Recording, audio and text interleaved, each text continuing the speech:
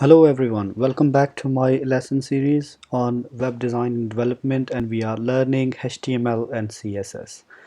In today's lesson, as you can already see on the screen, I have put a title there which says HTML forms, which are very important in web design and development. I would say important because most of the businesses, they put their websites live so that people can interact with their websites, and they can make inquiry about their businesses services. For example, if you go onto any website, what you would like to do is you either going to send a message to that business about their business or services, or even if you buy something online, you still provide your details like email, your name, your phone number, your address, your billing address, your card details, your PayPal details, or whatever. So all these things, when you go onto any website, you enter your details, then website processes your provided details and acts accordingly. So in while you are providing the details, you are making use of the HTML form elements. Sometime you will be putting something into a input box text, or you will be selecting a radio button or checkbox, or selecting a drop down, or it's going to be always about the HTML form. Another good thing about HTML form, I would like to tell you, is if you learn the basics of HTML forms, you can implement that knowledge. It will be implemented almost as it is within the Bootstrap lessons, within the PHP lessons, and if you decide to work with some other technologies, excuse me, some other technologies, what happens is you apply the basically more or less same rules in the new technology or any other technology you choose. The web forms are basically, they are if I quickly go on to the next slide, I'm gonna explain you. You provide the web forms onto your web page with the angle brackets, obviously form tag and forward slash.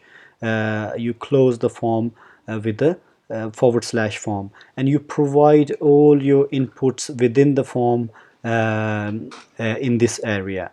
So what happens is, when the form is submitted, it is taken, the user is taken to the action page, which obviously we can specify what actions we can attach to a form in PHP or JavaScript or any other language.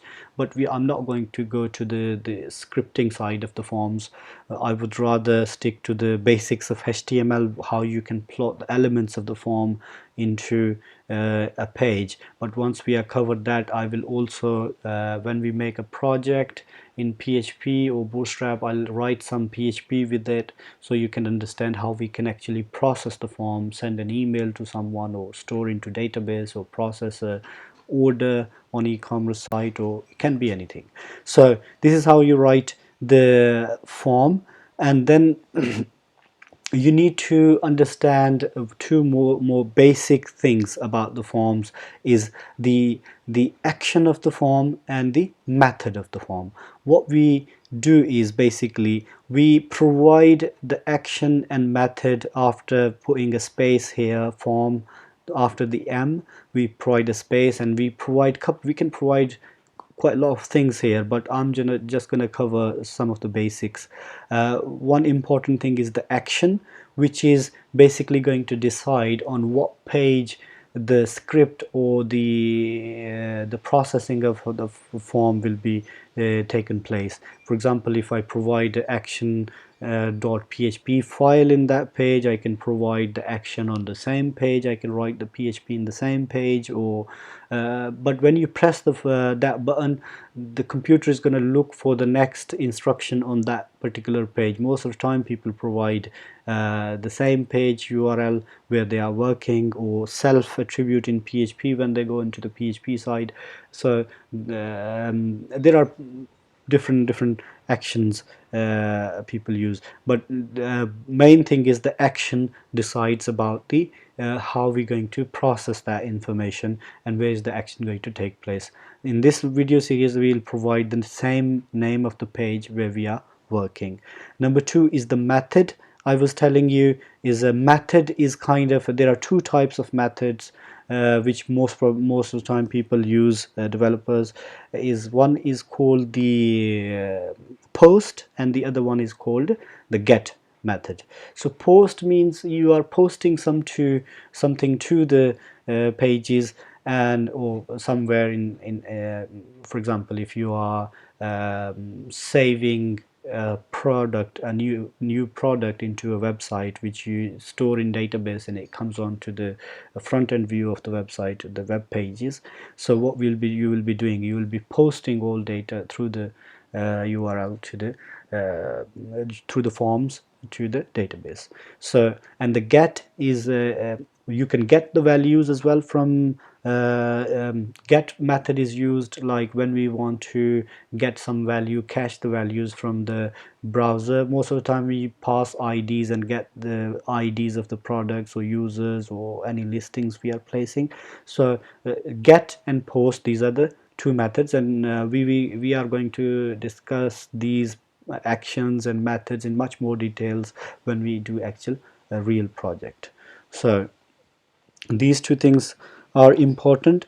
Then I'm going to cover in obviously as we go along, there are form inputs which you should be familiar with as a web designer or developer.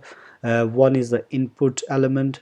If you want to take a name of someone from the web form, you will need input element there where people can type their name. Then you should know how to make radio buttons and checkboxes and drop downs, select, obviously drop downs, technically in HTML you can call them select. And then we have text area and we have buttons.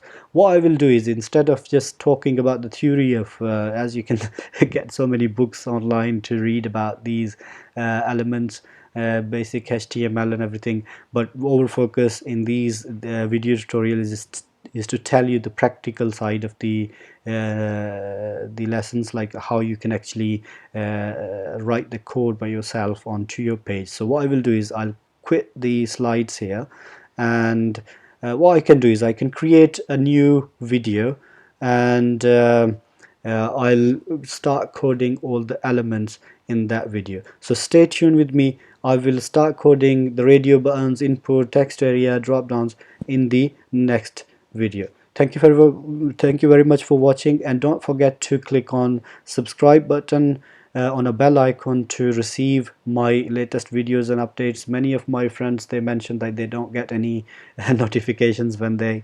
upload new stuff. So just click on a bell icon to stay tuned. Thank you very much for watching.